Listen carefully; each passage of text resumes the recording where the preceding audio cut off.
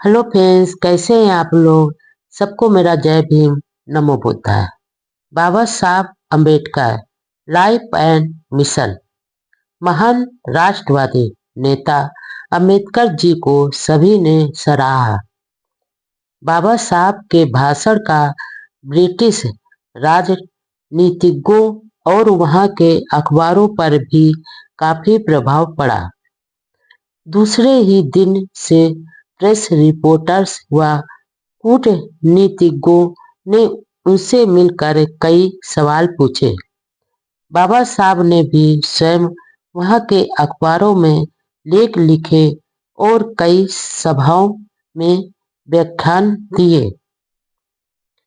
अम्बेडकर जी के लेखों द्वारा ब्रिटिश जनता को भारत की सड़ी गली सामाजिक व्यवस्था व हिंदू राजनीति की सच्चाई के बारे में पता चला। इंडियन डेली मेल ने अम्बेडकर जी के भाषण को पूरे सम्मेलन में एक बेहतरीन भाषण बताया। उनके भाषण का इंग्लैंड के अखबारों व पत्रकारों पर बड़ा प्रभाव पड़ा। अछूतों के प्रबल प्रवक्ता के रूप में अम्बेडकर जी का भाषण सुनने के बाद भारत में लॉर्ड सिडेनहम, ओडवायर तथा कोई ब्रिटिश पत्रकार भी अम्बेडकर जी को राष्ट्रवादी नेता मानने लगे थे। इन्होंने अम्बेडकर जी द्वारा नागपुर में दिए ब्रिटिश सरकार विरोधी भाषण की भी कड़ी आलोचना की थी। कई लोग तो यह शक भी करने लगे थे कि कहीं अम्बेडकर जी किसी क्रांतिकारी गुट से तो संबंधित नहीं है। राउंड टेबल कॉन्फ्रेंस में अपने भाषण से अम्बेडकर जी ने उन भारतीय अखबार वालों को करारा जवाब दे दिया कि वह कितने बड़े राष्ट्रवादी हैं। इन अखबारों ने कॉन्फ्रेंस में भाग लेने जाने से पहले अम्बेडकर जी की कड़ी आलोचना ही नहीं की बल्कि देशद्रोही तक कह दिया था। 1917 में जब अम्बेडकर जी अमेरिका से लंदन आए थे तो ब्रिटिश खुफिया पुलिस ने उनकी पूरी जांच की थी, क्योंकि अपनी थीसिस में उन्होंने ब्रिटिश सरकार की शोषणकारी आर्थिक नीतियों की कड़ी आलोचना की थी। कुछ ब्रिटिश नेताओं ने पहले आलोचना की थी, लेकिन अम्बेडकर जी के तर्कपूर्ण भाषण को सुनकर प्रशंसा करने लगे। सभी प्रतिनिधियों के भाषण सुनने के बाद आगे की कार्रवाई के लिए 9 उप समितियां बनाई। इनमें फेडरल स्ट्रक्चर उप समिति को छोड़कर बाकी सभी महत्वपूर्ण समितियों के लिए अम्बेडकर जी को मेंबर बनाया गया था। इन कमेटियों के सदस्य के रूप में उन्होंने भारत देश के जन जन का प्रतिनिधित्व किया। रक्षा कमेटी की रिपोर्ट पर हुई चर्चा में उन्होंने मांग की कि भारतीय सेना में योग्यता के आधार पर सभी भारतीयों की भर्ती की जानी चाहिए। अछूतों के मौलिक अधिकारों की रक्षा की नींव रखी। अपने इंग्लैंड प्रवास के दौरान बाबा साहब ने एक सबसे महत्वपूर्ण कार्य किया। वह दलित वर्ग के सांस्कृतिक, धार्मिक और आर्थिक अधिकारों की रक्षा हेतु मौलिक अधिकारों का घोषणा पत्र था। उन्होंने बड़ी मेहनत, दूरदर्शिता व राजनीतिक समझ से भावी संविधान में शामिल करने के लिए यह योजना तैयार की थी।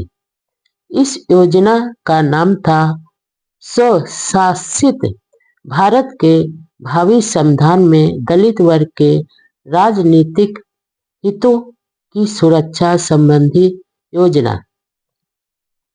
इस मौलिक अधिकार घोषणा पत्र में यह कहा गया कि दलितों को राज्य के अन्य नागरिकों के बराबर समानता का अधिकार हो, छुआछूत खत्म की जाए, कानून में उनके साथ किसी तरह का भेदभाव नहीं हो, नागरिकता में उन पर किसी प्रकार की कोई नियोक्ता, कोई दंड, कोई हानि नहीं लादी जाए।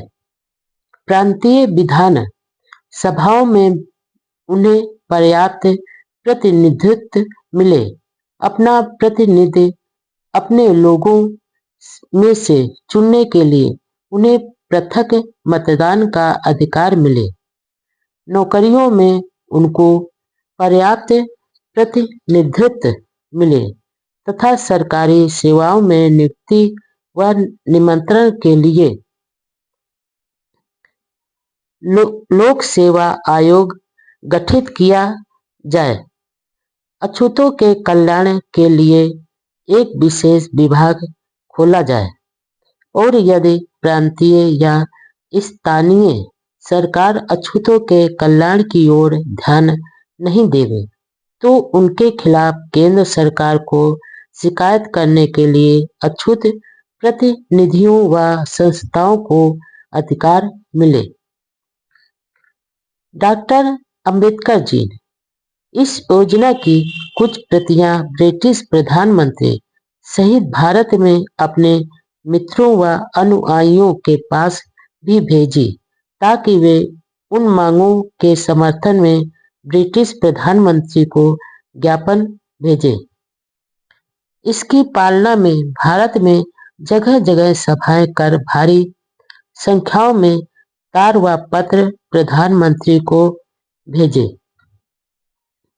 इनमें मांग की गई कि भारत की भावी राजनीतिक व्यवस्था में दलित वर्गों के मानवीय अधिकारों को पूरा स्थान मिले। भारत के अछूतों ने पत्रों में बाबा साहब की भावना के अनुसार यही लिखा कि हमारे अछूत प्रतिनिधियों द्वारा अल्पसंख्यक उपसमिति को प्रस्तुत किए गए मांग पत्र को हमारा पूरा समर्थन है। भारत का अल्पसंख्यक दलित वर्ग इस बात पर दृढ़ है कि जब तक उनकी मांगों को न्यायपूर्ण ढंग से स्वीकार नहीं किया जाता, उन मांगों को भारत के भावी संविधान में शामिल नहीं किया जाता, तो उस संविधान को हम सहमति नहीं देंगे। डॉक्टर अंबेडकर जी के इस योजनाबद्ध प्रयास का परिणाम यह हुआ कि ब्रिटिश प्रधानमंत्री के पास भारत के कोने कोने से दलित वर्ग को कानूनी सुरक्षा देने के पक्ष में ढेरों तार आने लगे।